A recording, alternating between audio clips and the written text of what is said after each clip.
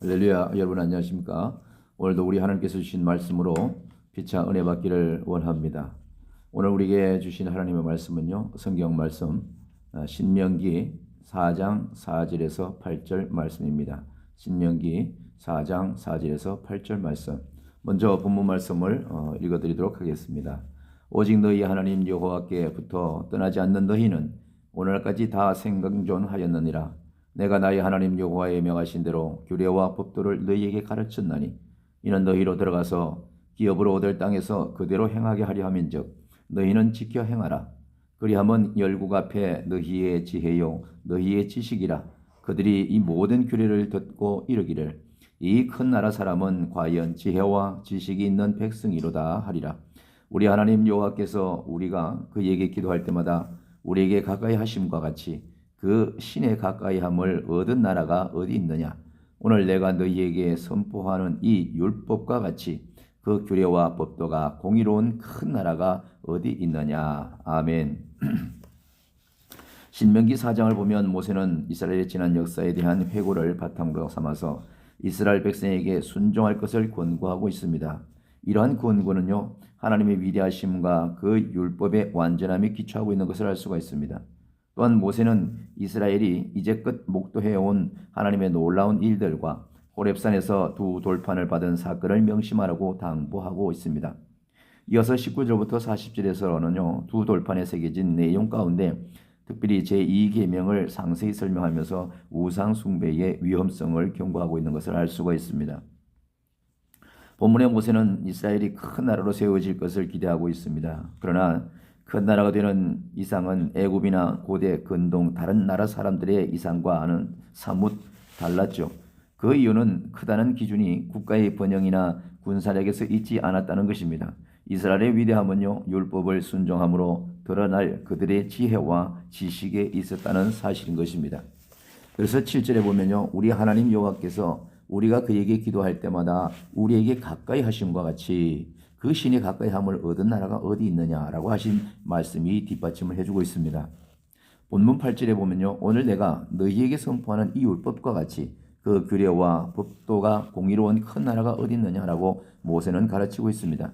이 말씀 그대로 이스라엘 민족은 하나님께서 만민중에 빼내어 먹이시고 입히시고 기르시고 보호하시고 인도해 주심을 받은 민족이었습니다.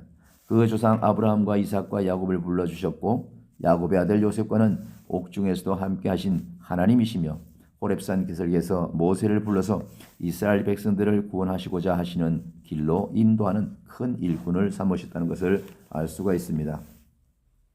또한 하나님은 범죄하고 숨어있는 아담을 찾아오셔서 구원을 허락해 주시고 그가 하나님을 찾을 때 만나주시며 두드릴 때에 열어주셨다는 것을 마태복음 7장 7절에서 우리는 알 수가 있습니다. 하나님은요, 심지 않은 데서 거두거나 해치지 않는 데서 모시는 분이 아닌 것입니다. 창세기 3장 9절의 말씀에 보면요, 아담아 내가 어디 있느냐 라고 부르시는 하나님의 부르심에 내가 여기 숨었나이다 라고 하고 솔직하게 자기 처지를 고백하는 아담의 반응이 있었기에 가죽 옷을 지어 입히셨고 이로써 영생의 근거를 마련해 주셨던 것을 우리는 말씀을 통해서 알 수가 있습니다. 하나님은요, 멸망으로 빠져들어가는 인생을 구원하시기 위하여 지금도 부단히 야훼이신 하나님께서 손을 내밀어 주시는 것을 알 수가 있습니다. 그런데 여기서 아주 중요한 것은 이 야훼이신 예수를 믿고 그분의 손길을 붙잡는 자는 구원을 얻을 것이요 믿지 아니하고 붙잡지 않는 자는 그대로 멸망에 빠진다고 성경은 말하고 있습니다. 억수같이 쏟아지는 소낙비도 그릇을 제대로 놓아야만 물을 받을 수가 있고 광명한 햇살이 눈부시게 비치는데도 눈을 감고 있는 자에게는 그대로 어둠이고 눈을 뜬 자라야 광명을 볼 수 있는 것입니다. 다시 말하면 정말로 가뭄에 기다리던 비가 쏟아질 때에 그 비를 받기 위해서 또 언제 비가 그치고 언제 가뭄이 될지를 모르는 그 상황을 생각하면서 큰 그릇을 준비하고 큰 대야를 준비해서 물을 있는 대로 모든 것을 담는 것을 준비하는 것은 바로 우리의 몫인 것입니다. 비는 억수같이 쏟아지고 오랜만에 비 오는데도 말미암아 보고 그럼에도 불구하고 작은 물컵 하나로 당장의 목마름만 해소하겠다고 작은 그릇에 물만 담고 그 다음에 비가 그친다고 한다면 아마 그 순간은 목을 축일 수 있겠지만은 그 다음부터 비가 그치고 그래서는 담아놓은 물이 없기 때문에 갈증은 더할 것입니다. 마찬가지로 햇살이 그렇게 따스럽고 좋아도 그 햇살을 보면서 그 햇살을 받는 그 위치, 그 장소로 나가야만 햇빛을 받을 수 있지. 그렇게 햇빛이 그리워하면서도 햇빛이 났었을 때에 그늘 속에 있다든지 어둠의 반석 위에 있다, 반석 속에 있다든지 그늘진 곳에 있다면 그 광명을 볼 수가 없는 것과 마찬가지 아니겠습니까? 우리는 그러므로 말미암아 우리는 하나님께서 주시는 그 사랑을 받고자 하는 노력, 하나님의 긍휼을 받고자 하는 노력, 하나님의 그 인자심, 사랑, 은혜를 받고자 하는 노력 또한 우리가 무던히 노력을 해야 된다는 것입니다. 하나님을 가까이 모시는 것만큼 우리에게 가까이 와주시는 것입니다. 마치 빛을 향해 가까이 가면 갈수록 밝아지고 반면에 빛을 등지고 가면 갈수록 어두움이 더해지는 것과 같은 현상입니다. 본문 8절의 말씀에는요. 오늘 내가 너희에게 선포하는 이 율법과 같이 그 규례와 법도가 공의로운 큰 나라가 어디 있느냐라고 말씀하고 있습니다. 우리가 살고 있는 나라가 세계가 지구가 크다 한들 천국과 어찌 비교할 수 있겠습니까? 구약과 규례와 법도는요. 신약의 복음이요 은혜요 사랑인 것입니다. 구약의 법도와 규례는 죄를 죄로 깨닫는 것이고 신약의 복음은 죄의 문제를 해결할 수 있는 열쇠가 되는 것입니다. 우리는 기도하는 것과 말씀 전하는 것을 전무하리라. 사도행전 6장 4절의 말씀이 있죠. 사도들이 고백한 것 같죠. 그 기도가 없으면 말씀을 깨닫는 것이 늦어질 것이고 말씀이 없는 기도는 응답도 없거니와 있다 한들 그 응답은 지속적이지 않다는 것입니다. 향후 이스라엘의 역사를 보면요. 모세가 경고한 경고대로 우상 숭배의 역사로 점철되었으며 그것은 멸망의 근본적 원인으로 작용하고 말았습니다. 기도하지 않는 자는요. 망한다고 했습니다. 모세가 경고한 그대로 이스라엘은 멸망하고 말았습니다. 두 나라로 갈라져 버리고 말았습니다. 유대 민족들은 세계 각국으로 흩어졌죠. 규례는 하늘이 지혜요 법도는 세상의 이치를 깨닫는 것이요 지혜는 파상되는 지식의 예수 그리스도의 온전하신 사랑을 깨닫는 것입니다. 사랑은 실천하는 것이고 실천하는 것이 순종하는 것입니다. 하나님은 우리에게 필요한 것을 전부 주시고자 하셨던 것을 우리가 알 수가 있습니다. 이스라엘 백성들이 애굽에서 나왔을 때 그 수만 명이 함께 나와서 그 거친 광야에서 온갖 시련과 환난과 또한 핍박과 여러 가지 또 하나님의 은혜와 책망과 여러 가지 말 받았음에도 불구하고 하나 되지 못하고 결국은 달려오면서 마치 우리 대한민국처럼 남과 북이 갈라지듯이 남쪽 유다와 북쪽 이스라엘로 갈라지는 것을 알 수가 있습니다.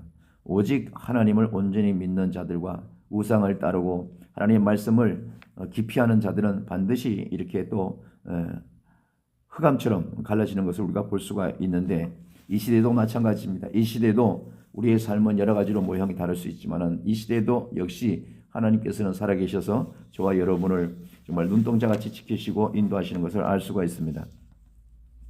그런데 정작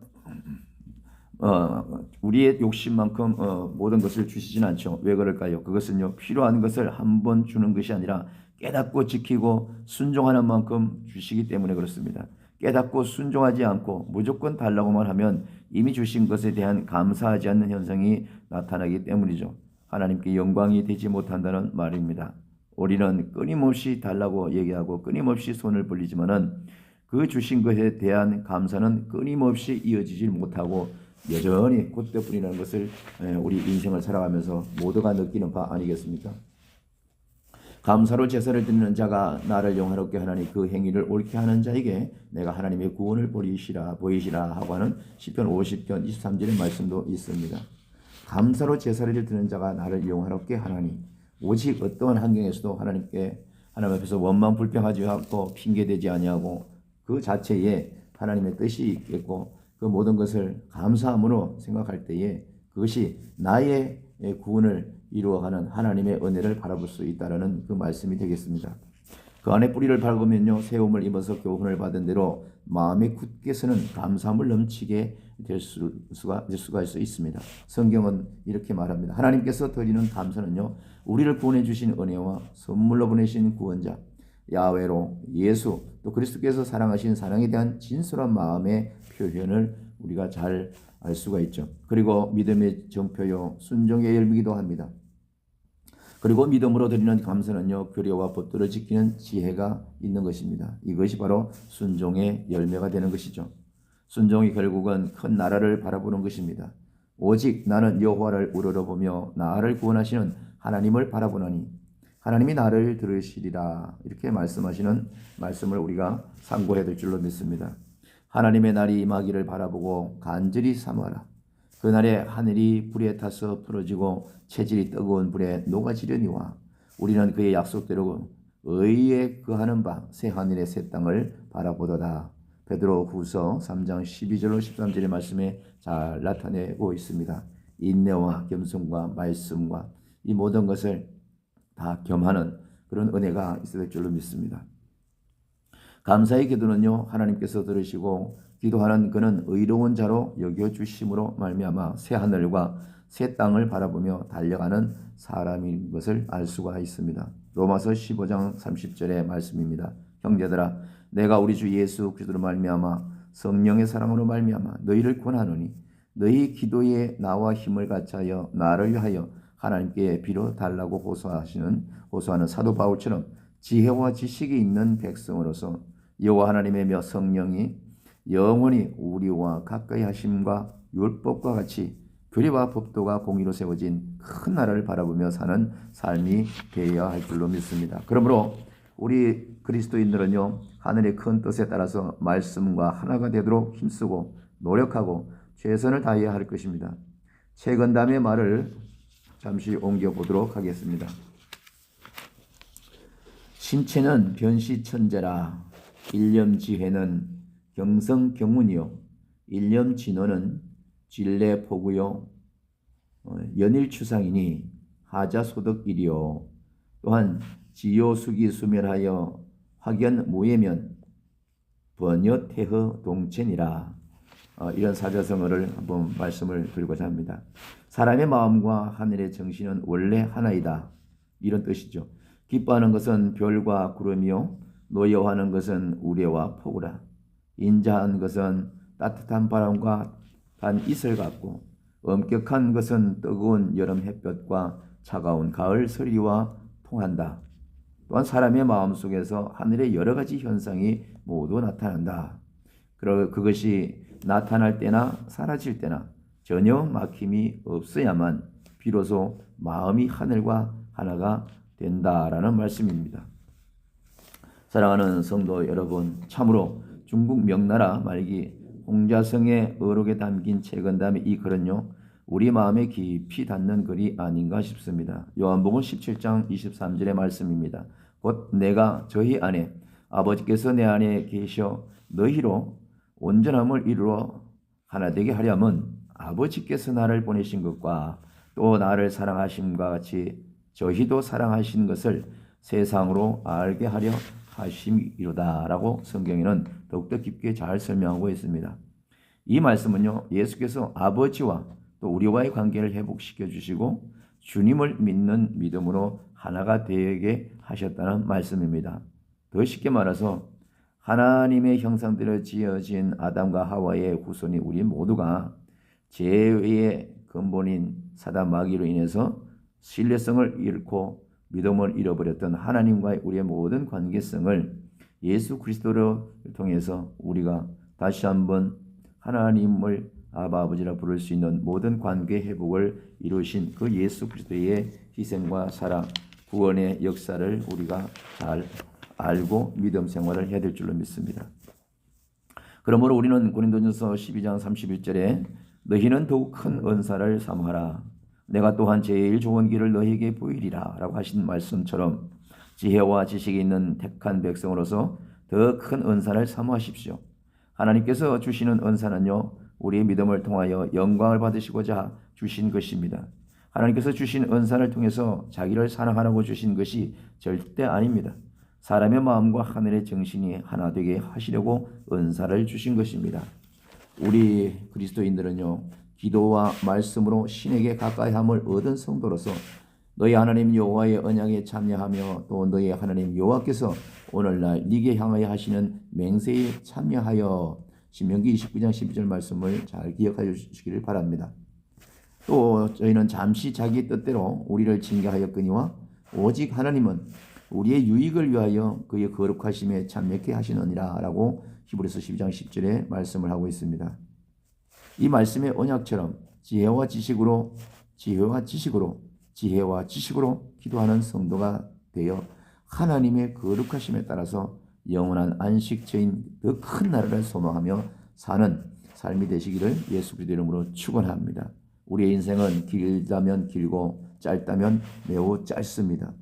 그렇기 때문에 우리는 오늘 하루를 감사함으로 또 믿음으로 말씀과 지혜와 지식으로 기도하는 성도가 되어서 오늘 이 하루를 감사함으로 잘 싸워서 어둠의 세력과 싸워서 이겨내야 될 줄로 믿습니다. 바로 그런 승리하는 저와 여러분 되시기를 주님의 이름으로 축원합니다. 감사합니다.